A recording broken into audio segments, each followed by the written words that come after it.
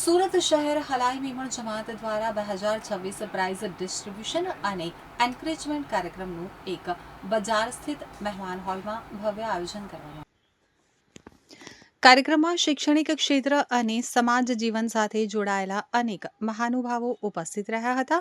કાર્યક્રમમાં મુખ્ય મહેમાન તરીકે શિક્ષણવિદ ડોક્ટર ભગીરથ પરમાર હાજર રહ્યા હતા. સાથે જ મુસ્લિમ સમાજના ધર્મગુરુ કારી અબ્દુલ રશીદ સાહેબ, ઇકબાલ મેમણ ઓફિસર, કેપી ગ્રુપના ફારૂકભાઈ પટેલ તેમજ વકફ બોર્ડના ડોક્ટર મુસીન લુખંડવાલા સહિતના આગેવાનો ઉપસ્થિત રહ્યા હતા. આ પ્રસંગે નર્સરી અને જુનિયર વર્ગથી લઈ અને કોલેજ સુધી અભ્યાસ કરતા આશરે 650 જેટલા વિદ્યાર્થીઓને ઇનામો અર્પણ કરી સન્માનિત કરવામાં આવ્યા હતા. વિદ્યાર્થીઓની શૈક્ષણિક સિદ્ધિઓને બિરદાવતા મહાનુભાવોએ તેમને વધુ મહેનત અને ઉચ્ચ શિક્ષણ માટે પ્રેરણા આપી હતી. ફારૂકભાઈ પટેલે પોતાના સંબોધનમાં જણાવ્યું હતું કે આવા કાર્યક્રમો વારંવાર યોજાવા જોઈએ, કારણ કે તે વિદ્યાર્થીઓ અને વાલીઓને પ્રોત્સાહન આપે છે અને બાળકોમાં ભણવા પ્રત્યે વધુ ઉત્સાહ જગાવે છે. કાર્યક્રમ દરમિયાન જમાતના આગેવાનોએ પણ શિક્ષણને સમાજના વિકાસનું મુખ્ય સાધન ગણાવી વિદ્યાર્થીઓને આગળ વધવા શુભેચ્છાઓ પાઠવી હતી.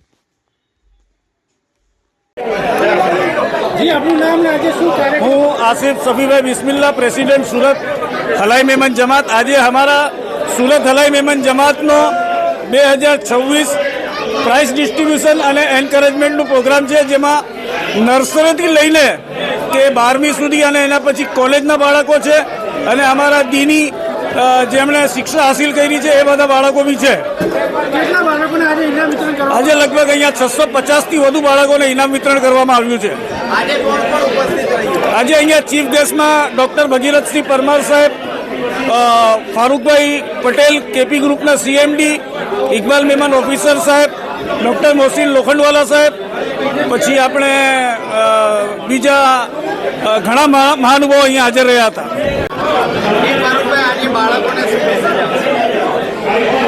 આજે સુરત હલાઈ મેમણ દ્વારા બાળકોને એજ્યુકેશન માટે ડિસ્ટ્રીબ્યુશન એક કરવામાં આવી રહ્યું છે. એજ્યુકેશનને વધારવા માટે પ્રાઇઝ ડિસ્ટ્રીબ્યુશન થઈ રહ્યું છે. 650 બાળકોએ આમાં ભાગ લીધો છે અને શહેરના દરેકે દરેક મોભી પણ અહીંયા છે અને ડીઓ સાહેબ પણ અહીંયા હાજર હતા.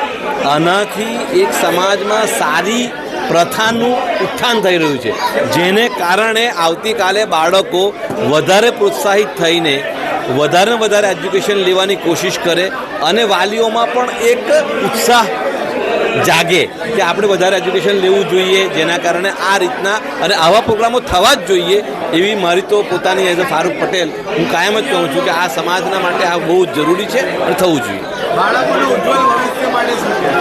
બાળકોના ઉજ્જવળ ભવિષ્ય માટે એક જ સાધન છે, પહેલેથી પણ કહું છું, આજે પણ કહું છું કે એજ્યુકેશન એક જ એવું સાધન છે જેના દ્વારા તમે તમારું, તમારા ફેમિલીનું, તમારા રાષ્ટ્રનું કંઈક પણ ભલું કરવા ઈચ્છતા હો તો એ એજ્યુકેશન દ્વારા જ પોસિબલ છે.